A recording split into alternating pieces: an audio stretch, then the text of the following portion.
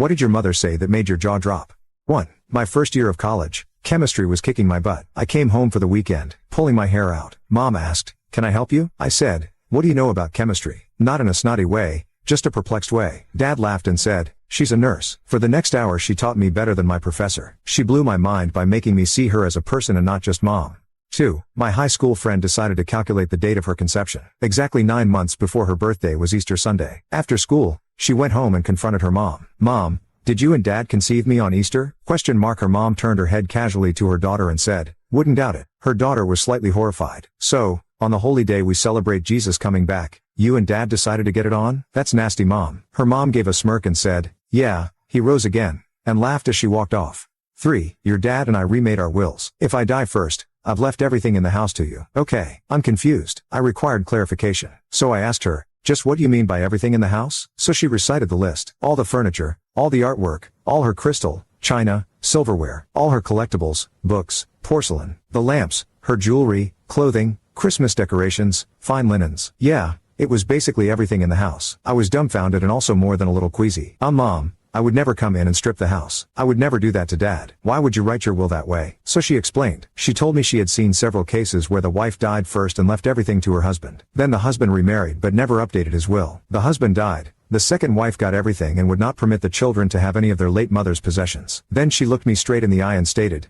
"I know your father. If I die first, he will remarry. He just wouldn't be able to live on his own. And I will be darned if some other woman is going to walk in and treat my items as her own." Yes, my mom paid for most of the items herself. She worked, bought quality, and wasn't about to see someone else waltz off with her stuff. 4. When I was growing up my dad had an affair. It went on for years and he was in and out of our lives. My mom finally moved me and my sister back to NY without my dad and we resumed our lives. During that time my dad cleaned up his life, found God, left his mistress, cleaned up, and won my mom back. They're still married to this day. My dad tells this story of when he was trying to win my mom back. He noticed she was wearing a new watch. He suspected it was from a certain gentleman at her work and she didn't answer, so he knew it was from that man. He said he was so mad and so jealous and to this day gets jealous. I realized the irony of a man who had a years-long affair getting jealous. So my dad one night was telling us about it again and how mad he was, and then he left the room and my mom, my sweet mother, doesn't raise her voice, stood by my dad all those years, is quiet and hardworking, a pillar of strength and honesty. She looked at us girls and said, "I found that watch on the floor at my job and kept it." I enjoyed letting him think it was from a man. My jaw fell, then I laughed my ass off and was so proud of her. And to this day my dad still doesn't know the truth.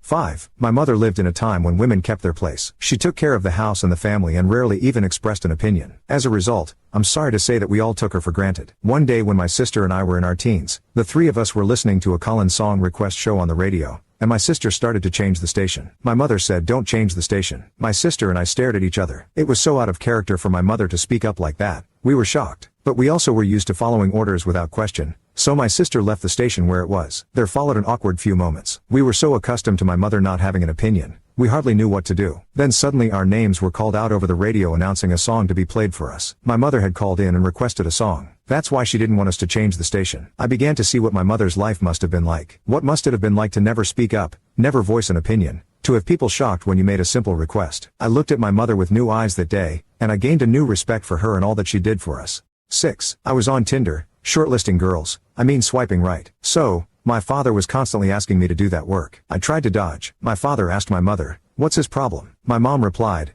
"Just few seconds more, then he is free for 12 hours. After the right swipes get exhausted once, Tinder allows it to do after 12 hours. 7. Normal, healthy teenage girls do not do this kind of thing. You're a sexual deviant. I was 15 years old and had been caught looking at some, let's say less than SFW things. I really couldn't do anything but gape as my mom, my sweet, accepting, loving mother who had told me over and over that I could always come to her with anything, that I was disgusting and messed up for even thinking about that kind of thing. She dragged me to my therapist the next day and threw herself down on the couch with me, much to my therapist's surprise, and began to describe how wounded she was, how betrayed, and how disgusted she was with me for watching that. Thankfully, my therapist was having none of that, and she kicked my mom out of the office before assuring me that I was not damaged, messed up, or a deviant in any way. I was a teenager. I don't think my mom ever forgave my therapist for that, but I do know that I completely stopped talking to her about everything that day. She still asks me sometimes why I am so distant. I don't answer because I know she would pitch a fit if she knew it was because she was the very first person, though certainly not the last, comes with the territory, to bully me for anything having to do with my sexuality.